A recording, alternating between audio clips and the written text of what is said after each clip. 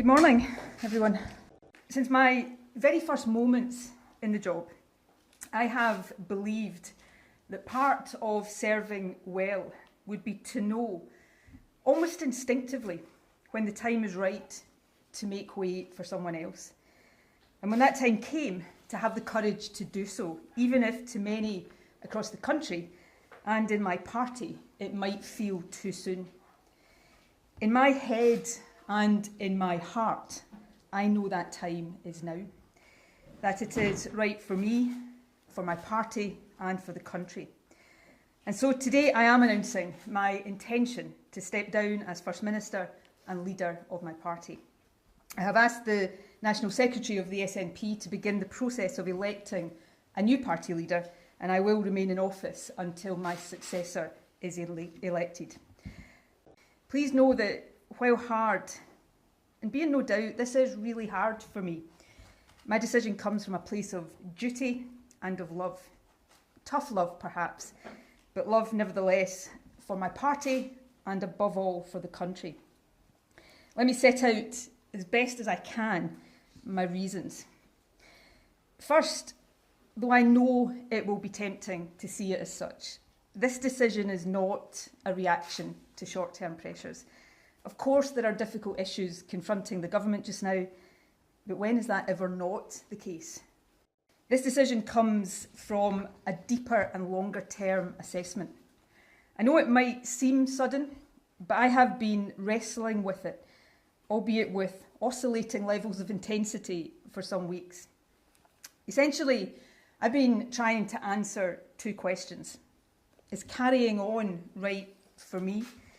And more importantly, is me carrying on right for the country, for my party, and for the independence cause I have devoted my life to? We are at a critical moment. The blocking of a referendum as the accepted constitutional route to independence is a democratic outrage. But it puts the onus on us to decide how Scottish democracy will be protected and to ensure that the will of the Scottish people prevails. But I am firmly of the view that there is now majority support for independence in Scotland. But that support needs to be solidified, and it needs to grow further if our independent Scotland is to have the best possible foundation. To achieve that, we must reach across the divide in Scottish politics.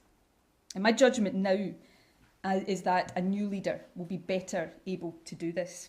Someone about whom the mind of almost everyone in the country is not already made up, for better or worse.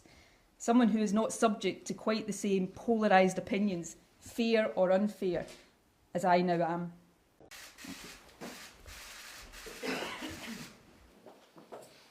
That's all you need to know. No, there have been some stern words.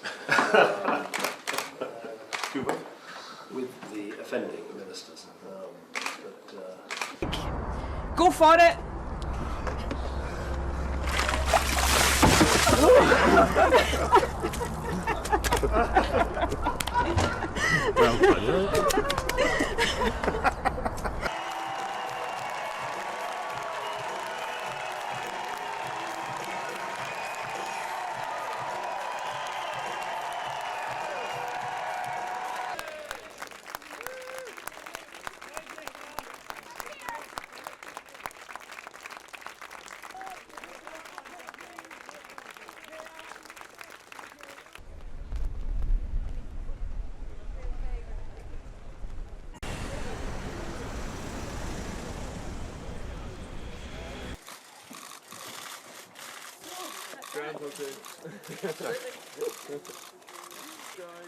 And Nicola, just up here, thanks Nicola. And a thumbs up, First Minister, and a wave.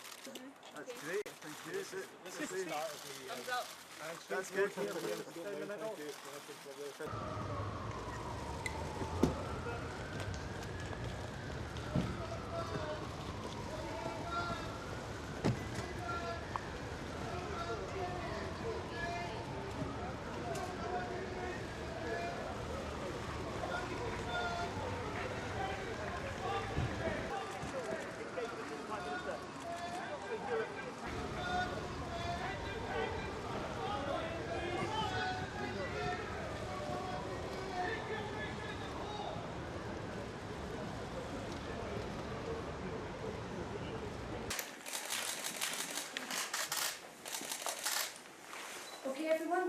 There are, as the Education Secretary has said many times in this chamber, the impact of Brexit on everybody in our country is going to be disastrous, and that's why I have a duty to allow people the choice to opt for something better.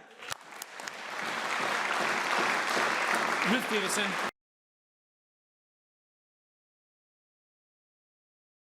About the Prime Minister's view. Is that her view? Has her government done on this? Scotland's future should be in Scotland's hands. That is what this debate is about, the future of our country.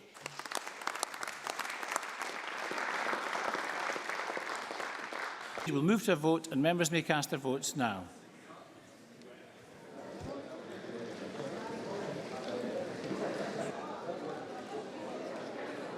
Is yes 69, no 59. There were no abstentions. The motion as amended is therefore agreed.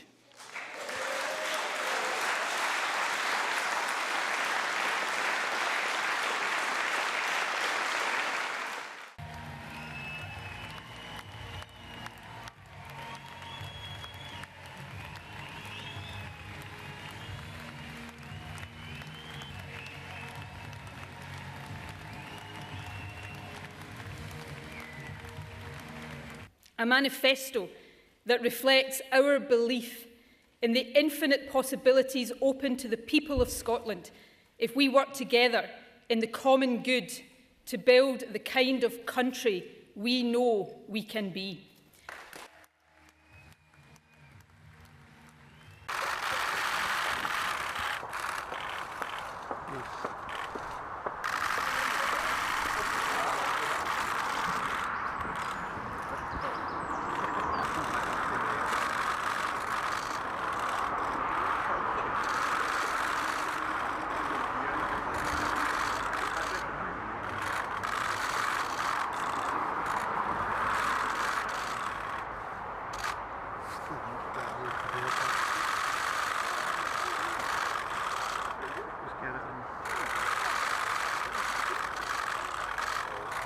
Yeah, good.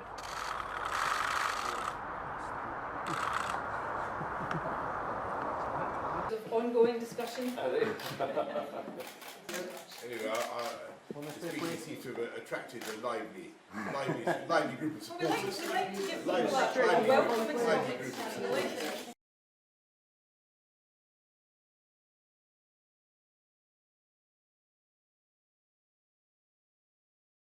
Around complainers, but before I do, I have a couple of very specific questions, just around the way you phrase things, because I think that words matter. And I was very. What happened is this, and it is simple. A number of women made serious complaints about Alex Salmond's behaviour. The government, despite the mistake it undoubtedly made, tried to do the right thing. As First Minister, I refused to follow the age-old pattern of allowing a powerful man to use his status and connections to get what he wants. The police conducted an independent... Good morning, First Minister. I wonder if I can take you back to when the inquiry... I have never claimed in this or anything else to be infallible. I have searched my soul on all of this many, many times over. It may very well be that I didn't get everything right. That's for others to judge. But in one of the most invidious political and personal situations I have ever faced, I believe I acted properly and appropriately, and that overall I made the best judgments I could. For anyone, at least anyone willing to listen with an open mind, that is what I will seek to demonstrate today.